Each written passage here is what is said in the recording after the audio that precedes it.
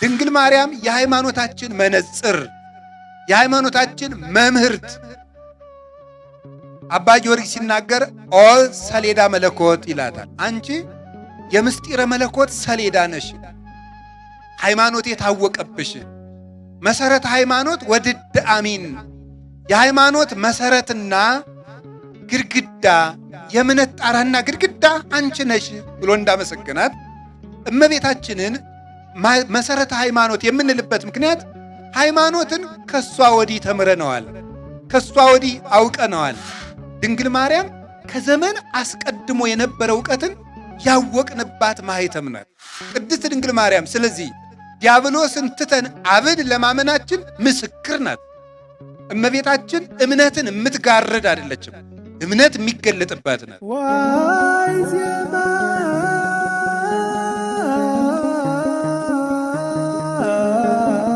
በስመ አብ ወወልድ ወመንፈስ ቅዱስ አሐዱ አምላክ። በስመ አብ ወወልድ ወመንፈስ ቅዱስ አሐዱ አምላክ። በስመ አብ ወወልድ ወመንፈስ ቅዱስ አሐዱ አምላክ። ይትባረክ እግዚአብሔር አምላከ አበዊነ ቅዱሳን ዘሰበሃ ምህረቶ በላዕይ። ምህረቱንና ቸርነቱን ይቅርታውን ላይ ያጸናልን የአበው አምላክ እግዚአብሔር ስለ በጎ ቸርነቱ ሁሉ ስሙ የተመሰገነ። የቅድስት ድንግል ማርያም የቅዱሳን መላእክት፣ የቅዱሳን ነቢያት፣ የቅዱሳን ሐዋርያት፣ የቅዱሳን ሰማዕታት፣ ጻድቃን ረድኤትና በረከት አይለየን። ብፁዕ አባታችን አቡነ አብርሃም የባህር ዳርና የሰሜን ጎጃም አህጉረ ስብከት ሊቀ ጳጳስና የቅዱስ ሲኖዶስ አባል፣ ክቡር መላከ ሰላም ኤፍሬም ሙሉ ዓለም የባህር ዳር ሀገረ ስብከት ስራ አስኪያጅ፣ ክቡር መላከ ብርሃን ፍስሐ ጥላሁን የባህር ዳር ሀገረ ስብከት ጸሐፊ፣ ክቡር መላከ ምሕረት ግሩም አለነ የሰሜን ጎጃም ሀገረ ስብከት የስብከተ ወንጌል ኃላፊ፣ የተከበራችሁ አባቶቻችን ሊቃውንት፣ መምህራን፣ ካህናት አባቶች፣ የገዳማት የአድባራት አስተዳዳሪዎች፣ የቅድስት ቤተ ክርስቲያን የድህነት ማህበሯ የምትሆኑ ምእመናን አንድ አምላክ በሚሆን በአብ በወልድ በመንፈስ ቅዱስ ስም እንዴት ዋላችሁ? እንደምን አመሻችሁ? ቸርነት ገንዘቡ የሆነ ፈጣሪያችን ለዚህ ቀን ስላደረሰን በምህረቱም ስለሰበሰበን ስሙ የተመሰገነ ይሁን። በመካከላችን ተገኝቶ እንዲያስተምረን ቅዱስ ፈቃዱ ይሁንልን። እንደ እግዚአብሔር ቅዱስ ፈቃድ የምንማማርበት የትምህርታችን ርዕስ ለዚህም ምስክሬ ማርያም ናት በሚል ርዕስ እንማማራለን። ከአሁን በፊት ያስተማሩት መምህር ሲያስተምሩ ስላልነበርኩ ካስተማሩት ግን ተምረናል በሉኝ። በሌላ ርዕስ ነው፣ እግዚአብሔር አውጥቶኛል ማለት ነው። እሺ እስኪ በሉ ሁላችሁ ለዚህም ምስክሬ ማርያም ናት በሉ። ድገሙ በሉ። ሶስተኛ በሉ። ለዚህም ምስክሬ ማርያም ናት።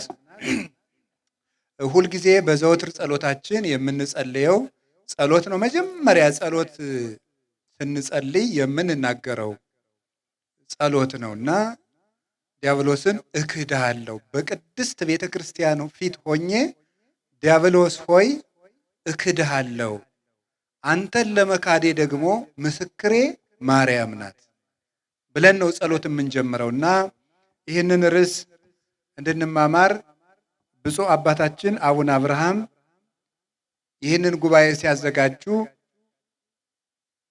የጉባኤው መሪ ቃል ለዚህ ምስክሬ ማርያም ናት የሚል ነው። ስለዚህ ያንን መሰረት አድርገን ብፁዕ አባታችን እንዳዘጋጁት እግዚአብሔር እንደፈቀደ እንማማራለን ማለት ነው። እግዚአብሔር ከሁላችን ጋር ይሁን። እንግዲህ አአትብ ገጼ ወኩለንታዬ በትእምርተ መስቀል በስመ አብ ወወልድ ወመንፈስ ቅዱስ አሐዱ አምላክ እንዘ አአምን ወእትማሐፀን እክህደከ ሰይጣን በቅድመ ዛቲ እሜ ቅድስት ቤተ ክርስቲያን።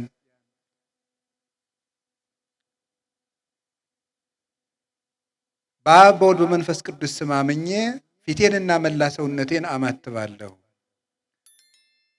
በቅድስት ቤተ ክርስቲያን ጸሎት እያመንኩና እየተማጸንኩ ሰይጣን ሆይ እክድሃለሁ፣ አንተን ለመካዴ ደግሞ ምስክሬ ማርያም ናት ብለን ጸሎት እንድንጀምር አበው በስርዓታቸው ስርዓተ ጸሎትን ከመጀመር በፊት ማንም ሰው የእግዚአብሔር ለመሆኑ ከዲያብሎስ ለመላቀቁ ድንግል ማርያምን ምስክር አድርጎ ለጸሎት እንዲቆም አባቶቻችን ስርዓት ሰርተውልናል።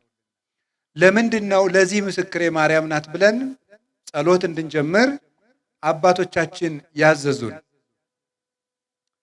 የመጀመሪያው አጭር እያደረግኩ ሐሳቤን ለወደ እናንተ ለማድረስ እንደ እግዚአብሔር ፈቃድ እሞክራለሁ። እመቤታችን ቅድስት ድንግል ማርያም ለኛ ለኦርቶዶክሳውያን ለክርስቲያኖች እውነተኛ ምልክትና ምስክራችን ናት። በእውነት ብፁዕ አባታችንም ድንቅ አደረጉ ይህንን ርዕስ መርጠው ጉባኤ ማዘጋጀታቸው። አንድ ኦርቶዶክሳዊ ክርስቲያን በሕይወቱ ዘመን ዲያብሎስ ለሚያቀርብበት ጥያቄም በዲያብሎስ ወንበዴ ፊት ሲያልፍ አውጥቶ የሚያሳየው የመንፈሳዊ የይለፍ ደብዳቤ ድንግል ማርያምን ማሳየቱ ነው።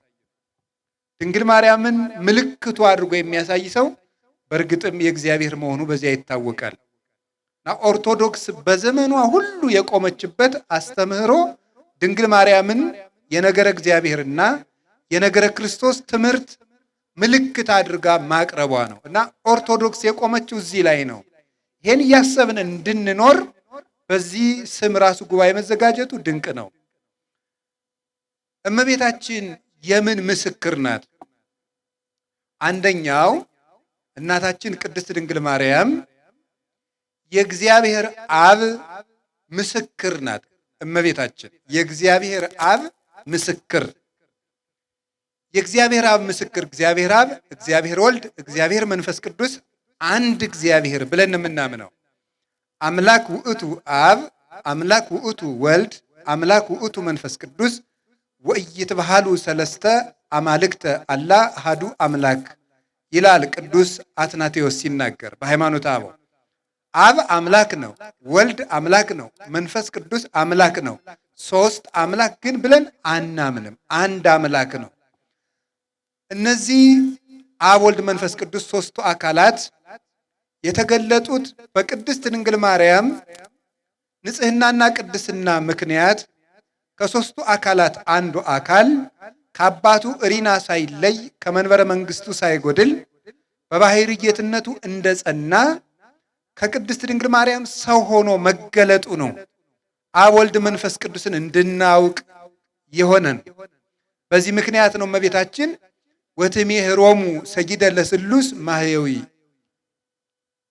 አዳኝ መድኃኒት ስለሚሆኑ ስለ አብ፣ ስለ ወልድ፣ ስለ መንፈስ ቅዱስ የሃይማኖት ምስክር ሆና እንዲሰገድላቸው እንዲመለኩ ምስክር ሆና የምትቆም የሃይማኖት መምህርት የምስጢረ ሥላሴ ምልክት ማርያም ናት።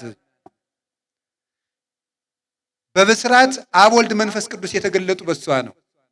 በፊት አምላክ አብርሃም፣ አምላከ ይስሐቅ፣ አምላከ ያዕቆብ ተብሎ ለሙሴ በኦሪት ዘጸአት ምዕራፍ 3 ላይ ከመገለጡ በቀር እኔ እግዚአብሔር ነኝ፣ የአብርሃም የይስሐቅ የያዕቆብ አምላክ ነኝ።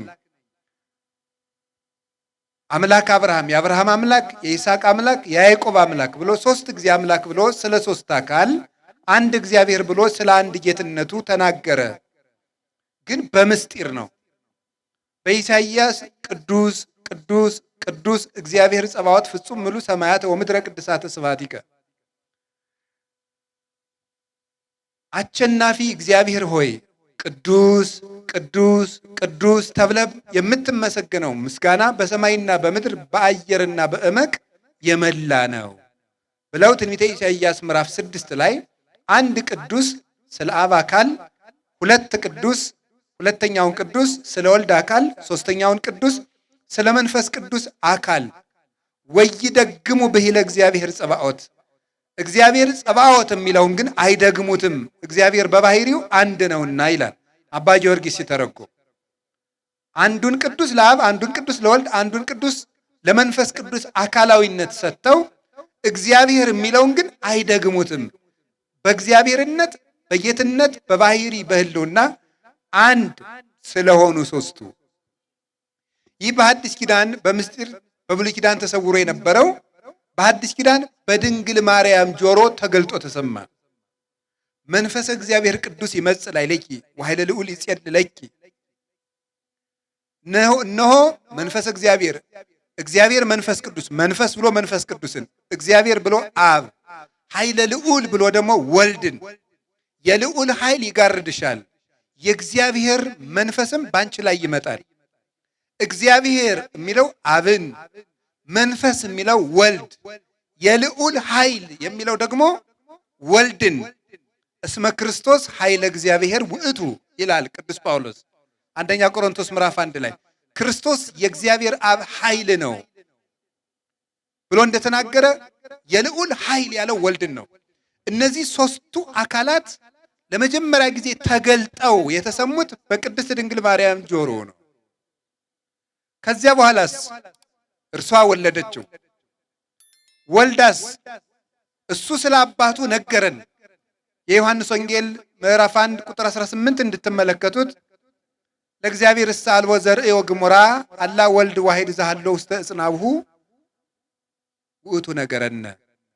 እግዚአብሔርን ያየው ማንም የለም፣ በአባቱ እቅፍ ማለት እሪና ጸንቶ የሚኖር አንድ ልጁ ስለ አባቱ ነገረን እንጂ ይላል። ማቴዎስ ወንጌል ምዕራፍ 11 ላይም ምን ብሏል? አልቦ ዘየአምሮ ለወልድ ዘእንበለ አብ ወአልቦ ዘየአምሮ ለአብ ዘእንበለ ወልድ ወለዘፈቀደ ወልድ ይከስት ሎቱ። አብን ያለ ወልድ የሚያውቀው የለም፣ ወልድንም ከአብ በቀር የሚያውቀው የለም። ነገር ግን ወልድ ለፈቀደው ፈቃዱ ለወልድ ለቀናለት ወልድም ለፈቀደለት ሰው እሱ የአብ የወልድ የመንፈስ ቅዱስን ምስጢር ይገልጥለታል እንጂ ብሎ እንደነገረን አብን ስለ አብ ነገረን። አባቴ ላከኝ፣ አባቴ ላከኝ፣ አባቴ አከብርሃለሁ፣ አባቴ እያለ እያስተማረ ስለ አብ ነገረን። የት? ከድንግል ማርያም ተወልዶ። እፌኑ ለክሙ ጰራቅሊጦስ መንፈሰ ጽድቅ ዘይክል ዓለም ነጺሆቶ። ዓለም ገንዘብ ሊያደርገው የማይቻለውን የእውነት መንፈስ ጰራቅሊጦስን እልክላችኋለሁ ብሎ ዮሐንስ 14 ላይ ስለ መንፈስ ቅዱስ ደግሞ ነገረን። ከማን? ከድንግል ማርያም ተወልዶ። ድንግል ማርያም አብን፣ ወልድን፣ መንፈስ ቅዱስን እንድናውቅ መጽሔተ ሃይማኖት የሃይማኖት ምስክር ናት። አብ ወልድ መንፈስ ቅዱስን እንድናውቅ ከሷ በመወለዱ ማለት ነው። አልቦ ዘአእመሮሙ ለስሉስ ቅዱስ ዘእንበለ እምድኅረ ተሰገወ ወልድ ዋሂድ እምቅድስት እሙ። ተቀዳሚ ተከታይ የሌለው ወልድ ከድንግል ማርያም ከመወለዱ አስቀድሞ አብና መንፈስ ቅዱስን ወልድን ያወቃቸው ከቶ ማንም የለም ብሎ ቅዱስ ጎርጎርዮስ እንደነገረን አብ ወልድ መንፈስ ቅዱስ የሚል ስም ያወቅ ነው በአካላቸው የተገለጹልን ከድንግል ማርያም ወልድ ከተወለደ ወዲህ ነውና ድንግል ማርያም የሃይማኖታችን መነጽር፣ የሃይማኖታችን መምህርት። አባ ጊዮርጊስ ሲናገር ኦ ሰሌዳ መለኮት ይላታል። አንቺ የምስጢረ መለኮት ሰሌዳ ነሽ፣ ሃይማኖት የታወቀብሽ መሰረት ሃይማኖት ወድድ አሚን፣ የሃይማኖት መሰረትና ግድግዳ የእምነት ጣራና ግድግዳ አንቺ ነሽ ብሎ እንዳመሰገናት እመቤታችንን መሰረተ ሃይማኖት የምንልበት ምክንያት ሃይማኖትን ከሷ ወዲህ ተምረነዋል፣ ከሷ ወዲህ አውቀነዋል እና ነው። ከዚህ የተነሳ ነው ጌታ ራሱ ምን ብሏል? አነ ውእቱ ፍኖተ ጽድቅ ወሕይወት፣ እኔ እውነት ሕይወት ጎዳና ነኝ። አልቦ ዘይክል መጺአ ኀበ አብ ዘእንበለ እንተ ኀቤ፣ በእኔ በኩል ካልሆነ በስተቀር ወደ አብ መምጣት የሚችል የለም ይላል ዮሐንስ 14:6 ላይ።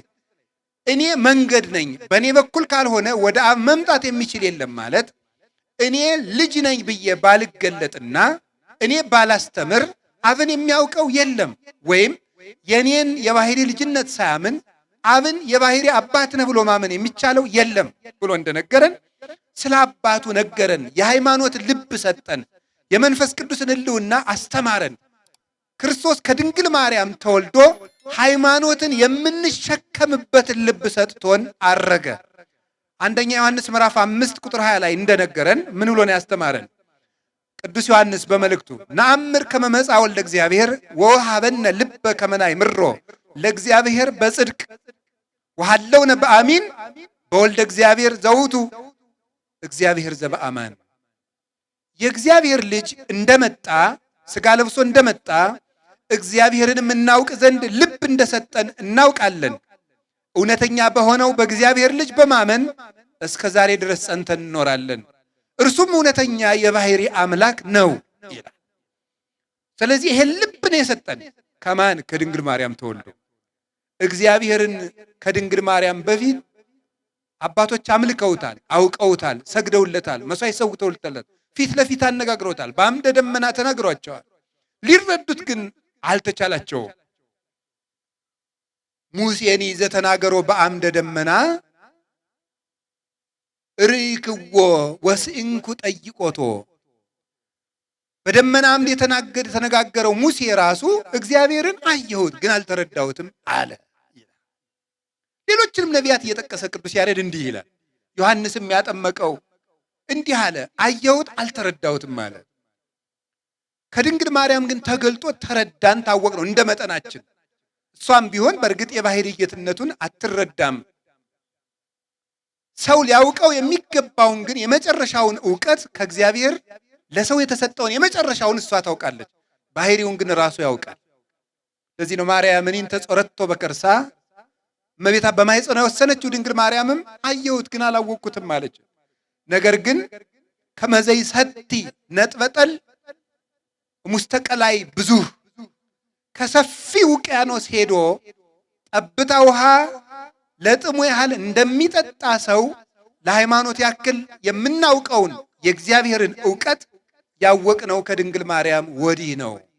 ስለዚህ ድንግል ማርያም የእምነታችን ምስክር ናት። ምስጢረ ሥላሴ እንድናውቅ ምልክት ሆናናለች።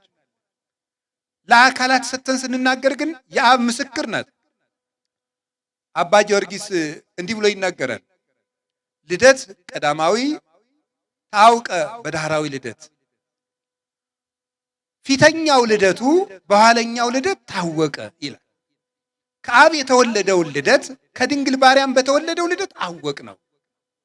ሊቁ ሲናገር መልሶ ለዳህራዊ ልደቱ አመንከሮ ወለቀዳማዊ ልደቱ አመስጠሮ። የኋለኛውን ልደቱን ድንቅ አደረገው፣ ቀዳማዊ ልደቱን ደግሞ ስውር አደረገው፣ አረቀቀው፣ ልቡና እንዳይደርስበት አደረገው ይላል። ከድንግል ማርያም ሲወለድ ከአብ እንዴት ብሎ ተወለደ የሚለውን አወቅ ነው። እንዴት ብሎ ነው ከአብ ያለ እናት የሚወለድ ብለን ስንጠይቅ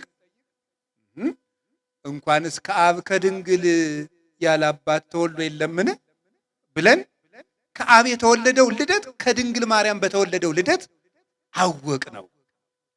ድንግል ማርያም ከዘመን አስቀድሞ የነበረ ዕውቀትን ያወቅንባት ማኅተም ናት። እሷ ባትወልደው ኑሮ እንዴት አድርገን እናውቀው ነበር?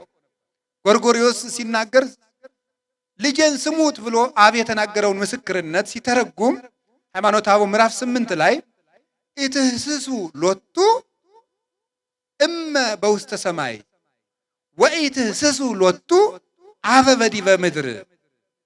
ለዚህ ለአንድ ልጄ ለወልድ በሰማያዊ ልደቱ አባት አለው አትበሉ፣ ለምድራዊ እናት አለው አትበሉ፣ ለምድራዊ ልደቱም አባት አለው አትበሉ።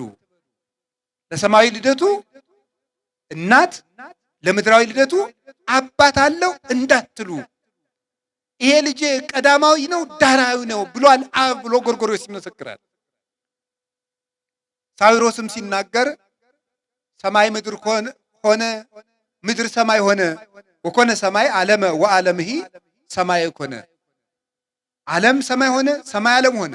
ጎል ጽርሐ አርያምን ጽርሐ አርያም ጎልን ሆነ። እስመ እግዚአብሔር ኮነ ሰባ በውስተ ምድር፣ እግዚአብሔር በዚህ ዓለም ሰው ሆኗልና ለዘወለዱ አብ በምስጢር ዘይትረከብ ወለደቶ ቅድስት ድንግል በምስጢር ዘይትረከብ። አብ በማይመረመር ምስጢር የወለደውን ድንግል ማርያም በማይመረመር ምስጢር ወለደችው።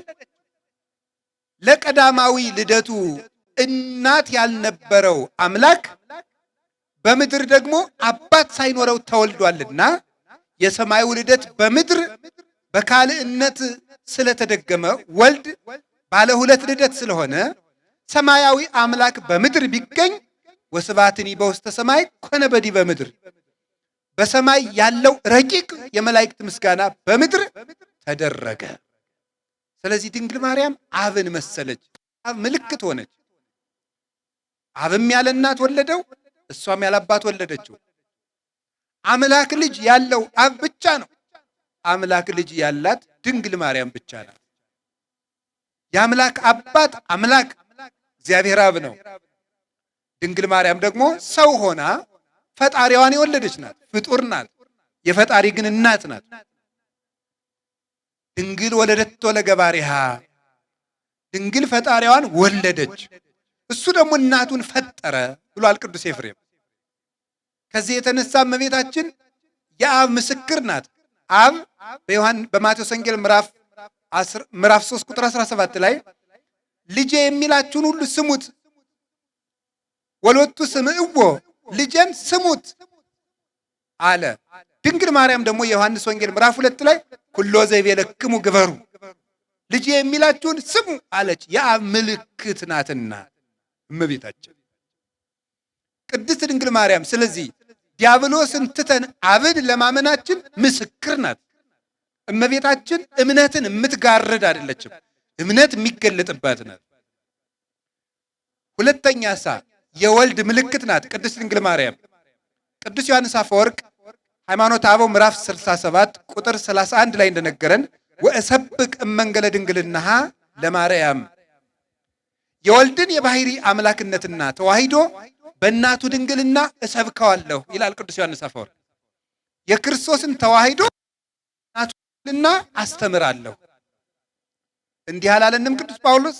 ሊነሰ ንሰብክ ክርስቶስ አለ ዘተሰቅለ፣ እኛ ግን የተሰቀለውን እንሰብካለን አለ። አንደኛ ቆሮንቶስ ምዕራፍ 1 ላይ የተሰቀለውን ክርስቶስ እንሰብካለን። የኦርቶዶክስ ተዋሂዶ ቤተክርስቲያን የስብከቷ መጀመሪያ ማዕከሏም መጨረሻዋም ክርስቶስ ነው።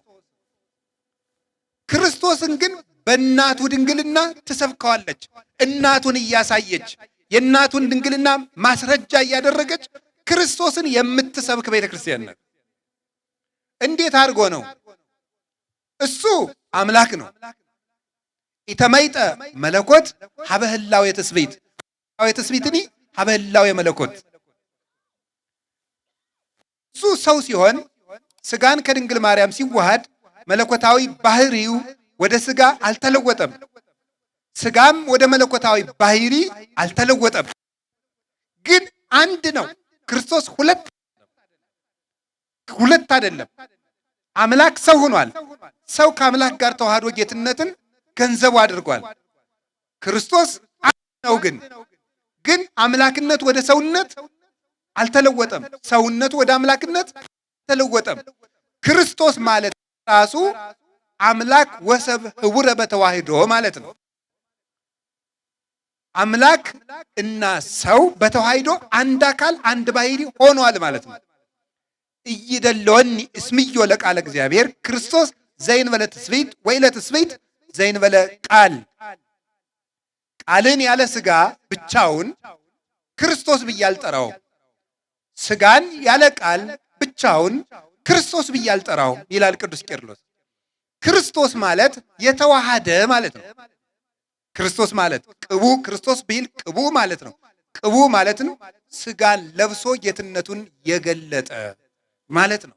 ስጋን ተዋህዶ ጌትነቱን የገለጠ በተዋሂዶ ራሱን ያከበረ እመንገለ ስጋሁ ክቡር የተባለ ክብር ሳይገባው ስጋው ነሳኢ ስለሆነ ያ ስጋ የባህሪ ጌትነትን ገንዘብ በማድረጉ ምክንያት ክቡር የተባለ ከብረ ተለዓለ ሀየሰ ወረሰ ነግሰ መባል ገንዘብ ያደረገ ከበረ የተባለለት ክብር የማይቀበል ሲሆን ነዳያን የምንሆን እኛን ከፍ ለማድረግ ክብር የመቀበል ተግባሩ የሆነ ስጋን ተዋህዶ ራሱ ስጋውን ያከበረ ለሊሁ አንገሶ ለስጋ ወረሰ ያደ ምስሌው የገዛ ስጋውን ከራሱ ጋር አዋሂዶ አንድ አካል አንድ ባህሪ ያደረገ ስለዚህ ክርስቶስ ይባላል።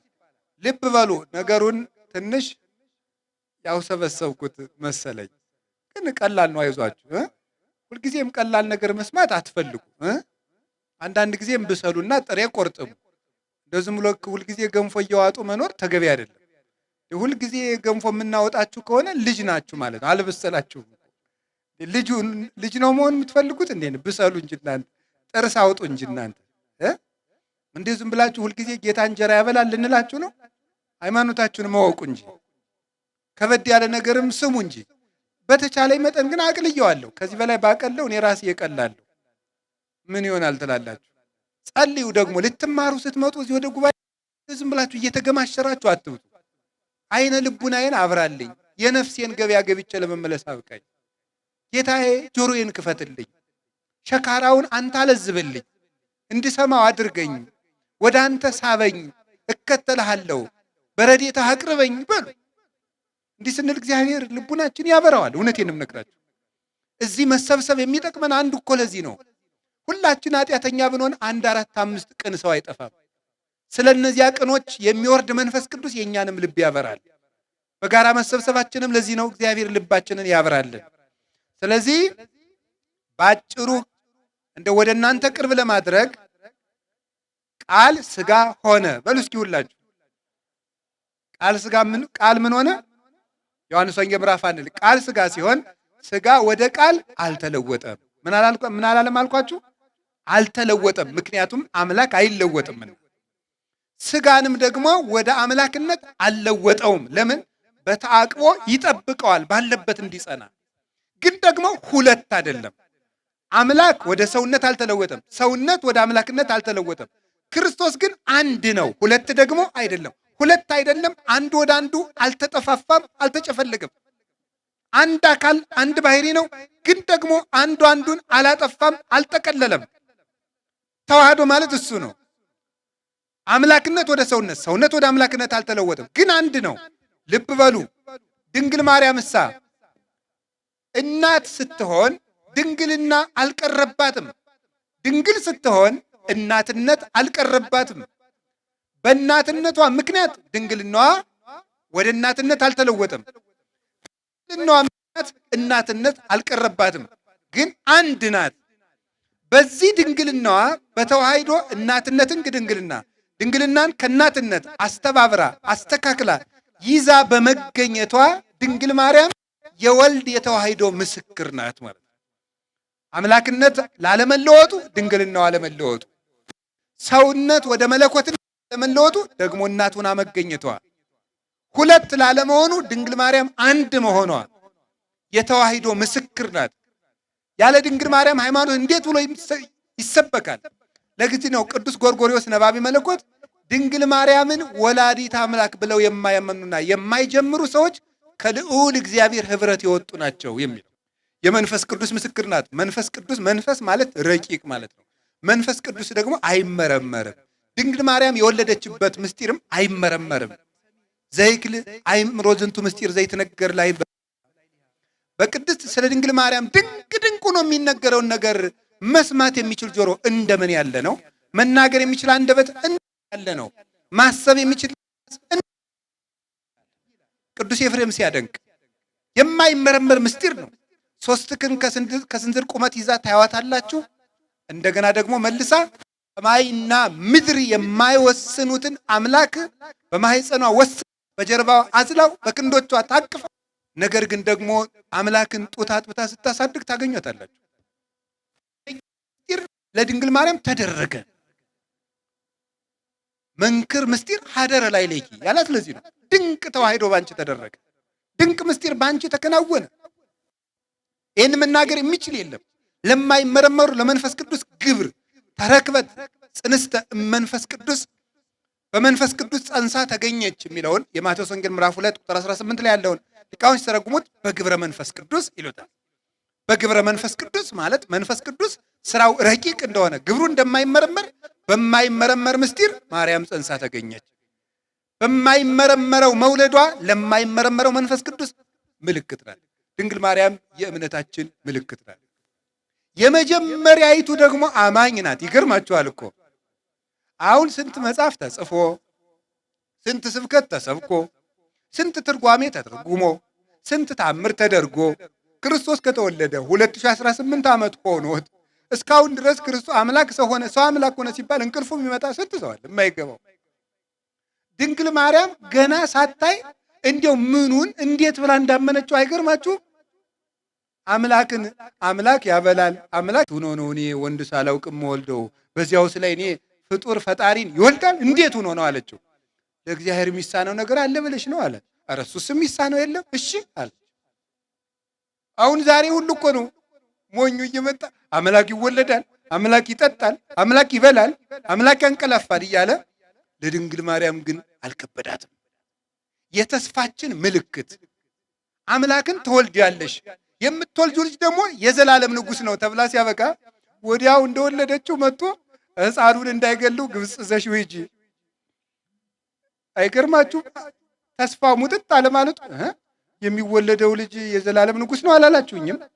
እና የዘላለም ንጉሥ ነው የአንድ ሀገር ንጉሥ ፈርቶ የሚሸሸው ምንድን ነው እየተናገራችሁ ያላችሁት አላለችም። እሺ ብላ የመታዘዟ ምልክት 600 ኪሎ ሜትር በላይ የማታውቀውን ሀገር የ15 ዓመት ልጅ ያዝላ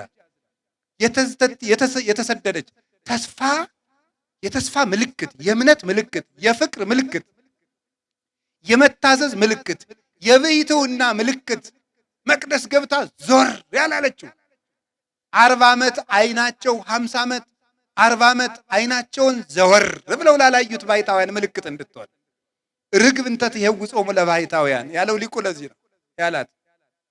ባሕታውያንን ዙራ የምታረጋጋቸው መልካሚቱ ርግብ እናታችን ቅድስት ድንግል ማርያም የፍቅር ምልክታችን፣ የድኅነት ምልክታችን።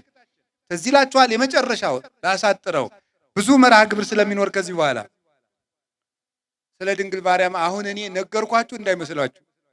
ስለ ድንግል ማርያም እንድታውቁ ማሳሰቢያ ነው የሰጠኋችሁ እንጂ አሁን ስለ ድንግል ማርያም እኔ አሁን አስተምሬያችሁ መሰላችሁ?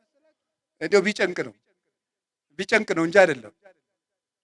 ልነግራችሁ የምፈልገው የመጨረሻ ድንግል ማርያም አያችሁ ምስክራችን። አንድ ሰው ዕዳ ይከፈልለታል። ዕዳው ሲሰረዝለት ምን ይሰጠዋል? ደረሰኝ ይሰጠዋል አይደል? ሌላ ጊዜ ሲጠየቅ ይኸው ደረሰኝ የሚል ደረሰኝ።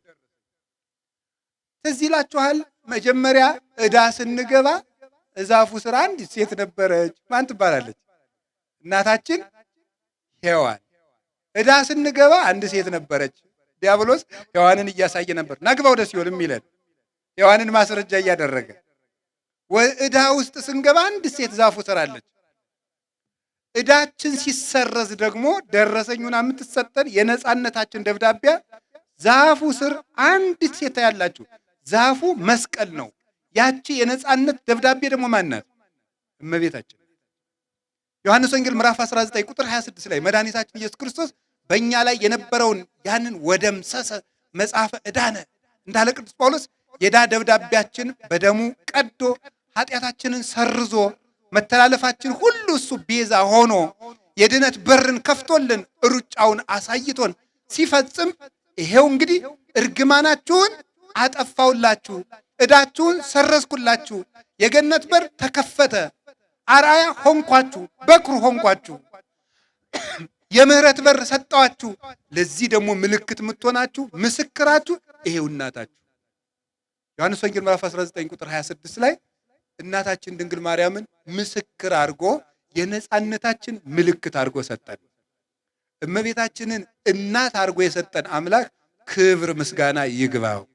እንደው ሰው እመቤታችን አታስፈልገኝም ድንግል ማርያም አልልም የሚል ሰው እንደው የነፃነት ደብዳቤ አልፈልግም፣ እግዚአብሔርን ማወቅ አልፈልግም፣ መረዳትም አልፈልግም የሚል የደነደነ ልብ ያለው ሰው ነው። እኛ ግን አባቶቻችን እንዳስተማሩን ዲያብሎስን ለመካዳችን በመስቀሉ ነፃ ሰይፍ የለው፣ ሰራዊት የለው፣ ጋሻ ጃግሬ የለው፣ ዱላ የለው፣ ሀብት የለው፣ ብር የለው። አንድ ሊቀ ጳጳስ ለልጆቹ የሚያሳየው ጋሻና ምልክት ድንግል ማርያም ናት። እኔ ምስክሬ ማርያም ናት ማለት ይሄ ነው። ይሄንን የብፁዕ አባታችን የአቡነ አብርሃም የግብር አባታቸው ቅዱስ ቄርሎስ የሁላችን አባት በ431 ዓመተ ምህረት ዓለም አቀፍ ጉባኤ በኤፌሶን ተዘጋጅቶ ነበረ። ኤፌሶን የሚባል ቦታ ላይ ተዘጋጅቶ ነበረ። እዚያ ተዘጋጅቶ ሳለ ግሪክ ውስጥ ማለት ነው ዛሬ ኤፌሶን ጉባኤ ተዘጋጅቶ ሳለ ንስጥሮስ የሚባለው ከሃዲ ድንግል ማርያምን ወላዲተ አምላክነቷን የካደው ከሃዲ ቄርሎስን ለመከራከር ሲመጣ ይዞ የመጣው 50 ወታደሮችን ነው። ይገርማችኋል። ቅዱስ ቄርሎስሳ ምን ይዞ እንደሄደ ታውቃላችሁ? ወደ ጉባኤው ወላዲተ አምላክ የሚል ታፔላ የያዙ 50 ጳጳሳትን ነው ይዞ ሄደው። ወላዲተ አምላክ ዓለም አቀፍ የቅዱስ ቄርሎስ መታወቂያ ስም ነው። የሞተውም ይህን ስም እየተናገረ ነው። ይህን ስም እየተናገረ ወላዲተ አምላክ የሚል ጽሑፍ አጽፎ፣ እንደ ዛሬ ኮምፒውተር የለ፣ በብራና አጽፎ ጳጳሳቱ ያንን ዘርግተው ይዘው ወላዲተ አምላክ እያሉ ነበር ኤፌሶን የደረሱት። የቄርሎስ ምስክሩ የነገረ ክርስቶስ እንዲያውም እኮ the father of Christology ነው የሚባለው። ቅዱስ ቄርሎስ ወይም the doctor of Christology ይባላል። የነገረ ክርስቶስ አባት ነው የሚባለው። ክርስቶስን እንደ ቄርሎስ አድርጎ የሰበከ የለም። እንደ ቄርሎስ ክርስቶስን የሞተለት ያመሰጠረው ተዋህዶውን የገለጠ የለም። ምልክቱ ግን ድንግል ማርያም ነበረች። መታወቂያው ወላዲተ አምላክ፣ መታወቂያው ወላዲተ አምላክ ነበር። ድንግል ማርያምን ወላዲተ አምላክ እያለ ክርስቶስን ሰበከው። በየትኛውም የሊቅ ትምህርት ብታነቡ፣ የቤተ ክርስቲያን ትምህርት ብላችሁ ብታነቡ፣ በአማርኛም በግዕዝም በእንግሊዘኛም የቅዱስ ቄርሎስ መጽሐፍት አሉ። ፈልጋችሁ ብታነቧቸው እንደ ቅዱስ ቄርሎስ አድርጎ ነገረ ክርስቶስን የሰበከ የለም። ግን ድንግል ማርያምን ምልክት እያደረገ ነበር ያስተማረው። እና እኔ እውነቴን ነው፣ ይሄ ጉባኤ የተዘጋጀው የቅድስት ጽርሐ ጽዮን ገዳምን ፕሮጀክት ለመፈጸም ነው። በዚህ ፕሮጀክት ስም ግን ለዚህ ምስክሬ ማርያም ናት የሚለው ጉባኤ መዘጋጀቱ የኦርቶዶክሳውያን መታወቂያ የሚሆን ጉባኤ ነው። እንዲህ ያለ ጉባኤ እስካሁን መዘጋጀትም ነበረበት፣ እንግዲህ መዘጋጀት ያለበት ወደፊቱ መቀጠል ያለበት ነው። መታወቂያችን ድንግል ማርያም ናት። ይሄ የምናፍርበት አይደለም። ክርስቶስን ያየነው በድንግል ማርያም ነው። አይተነዋል፣ አየነው፣ ዳሰስነው። ወንድማችን ሆነ፣ አባታችን ሆነ፣ ስጋችን ለበሰ። እኛ በተመላለስንበት ምድር ተመላለሰ፣ እኛን መሰለን። የራቀንን አምላክ ቀርበን እንድንዳስሰው ያደረገችን እመቤታችን። ለዚህ ምስክራችን ማርያም ናት። ለመንፈሳዊ ሕይወት ሁሉ ምልክት የድንግል ማርያም ሕይወት ነው። ስለዚህ ብፁዕ አባታችን ድንቅ አደረጉልን። ዘመናቸውን ያርዝምልን። እመቤታችንን መታወቂያ እንድናደርግ፣ ከእሷ ጋር እንድንዋሃድ፣ በእሷ እግዚአብሔርን እንድናገኝ መልእክት ያለው ነው። ስራ ስሩልኝ፣ ህንፃውን ፈጽሙልኝ ብቻ ሳይሆን ልጆች መታወቂያችሁ ድንግል ማርያም ናት፣ ምስክራችን እመቤታችን ናት፣ የመዳናችን ምልክት ናት የሚል መልእክት ያለው ጉባኤ ነው። ቤተ ክርስቲያኑም ደግሞ ጽርሐ ጽዮን እመቤታችን ናት። የሚፈጸመው ገዳምም የእመቤታችን ቤተ ክርስቲያን ነው። ለምንድን ነው የእመቤታችን ቤተ ክርስቲያን ጽርሐ ጽዮን ቤተ ክርስቲያን ማርያም ለምንድን ነው የሚታወቀው? ለምንድን ነው ያን ያህል ዋጋ ተከፍሎ የሚሰራው? ድንግል ማርያም የሃይማኖታችን ምልክት ስለሆነች፣ እኛ የብርሃን ቤት እንድንወርስ ምልክታችን ስለሆነች ለእመቤታችን ቤተ ክርስቲያን እንኳን 5000 6000 ካሬ ላይ እንደው ባህር ዳርን የሚያህል ከተማ ላይ ቢሰራላትስ ያንሳል እንዴ? ይበዛል? በፍጹም። ለእመቤታችን አንድ ሊቅ የተናገረው ልንገራችሁ። ሰው እግዚአብሔር ወርቅ ያመጣል፣ ዕንቁ ያመጣል። እሱ የሰው ልኩ እስከዚያ እስከሆነ ድረስ ነው። የእግዚአብሔር ፍቅር ግን በዚያ ብቻ የሚገለጥ አልነበረም ይላል። የሰው ልኩ ግን እዚያ ላይ ያበቃል። በቃ አለቀበታ። የመጨረሻ ትልቅ ነገሩ ወርቁ ነው። ቁጭ ልንገራችሁ የእግዚአብሔር ቤተሰቦች፣ አሁን መልእክቱ ይሄ ነው። ድንግል ማርያምን እንደምንወዳት እስመ አፍቀረ ንጉሥ ስነኪ፣ ንጉሥ እግዚአብሔር ዓይኑ ያረፋባትን ድንግል ማርያም በማክበር እግዚአብሔርን እንድናከብር ይሄ ምልክት ነው። እግዚአብሔርን ለማክበራችን ምልክት እንዲሆን ነው ይሄ ገዳም የሚገነባው። ስለዚህ ብር ያላችሁ ብር፣ ወርቅ ስጡ፣ አትሸሽጉት። ሳትሳሱም ስጡ። ስሜት ውስጥም ደግሞ ሰው እንደው ሰርግ ሸልሞ ነገ የሚጨናነቅም አለ። ማን ሸልም ብሏል? መጀመሪያ ስባቴን ነው እንደው ለድንግል ማርያም ይሄ ምንድን ነው ብላችሁ አስባችሁ፣ ትርፉን አይደለም የምትሰጡት። አስባችሁ ሳትጨነቁ፣ እግዚአብሔር አያስጨንቅም፣ አምላክ ነው። ሳትጨነቁ እመቤታችንን የምንወድ ያንን ቤተክርስቲያን የሰዋርዲት ምልክት፣ የነቢያት ምልክት፣ የሐዋርያት ምልክት በራሱ ገዳሙን እኔ እጄ ጎብኝቼዋለሁ። ጽርሐ ጽዮንን ወንጌልን በሙሉ በግድግዳው፣ በጣራው፣ በመሰረቱ፣ በመስኮቱ የሚሰብክ ቤተክርስቲያን ነው። ያንን በማድረግ እግዚአብሔርን እንደምንወደው፣ ጌታዬን እንደምወደው እናቱን የሚያከብር ቤተክርስቲያን ሰርቼ ሩጫዬን እጨርሻለሁ ብለው አባታችን እንደጀመሩት ብፁዕ አባታችን እኛም በመሳተፍ እግዚአብሔርን እንደምንወደው ድንግል ማርያም ምስክር አድርገን እንገልጣለን። ጉልበት ያላችሁ በጉልበታችሁ፣ ጸሎት ያላችሁ ደግሞ ለጳጳስም ይጸለያል። ብፁዕ አባታችንን አስፈጽማቸው፣ እርዳቸው ብላችሁ አንድ አሁን ዝመ ውሃ የላችሁ ውሃ ቅዱ፣ ሳትለግሙ ስጡ። ከለገማችሁ ደግሞ በሕክምና ታወጡታላችሁ።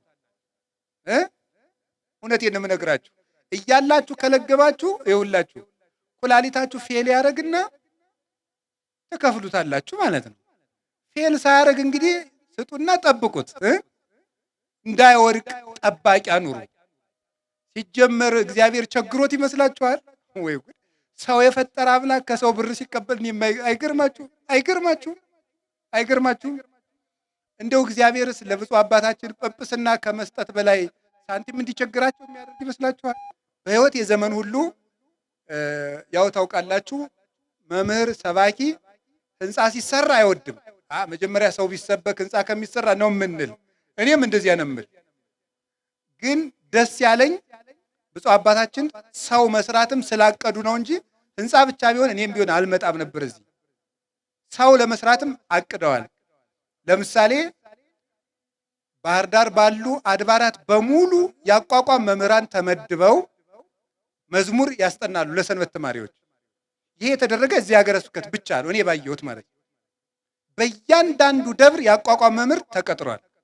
አንደኛ ለፍተው የተማሩ ሊቃውንተ ቤተ ክርስቲያን የት ላስተምር ከሚሉ ወንበር ቢያዝባቸው እንኳን ሰንበት ተማሪዎችን አስጠንተው እነሱም ቢሆን የዕለት ቆሎ ያገኛቸው መጽሐፍ መደጎሻ ያገኛሉ።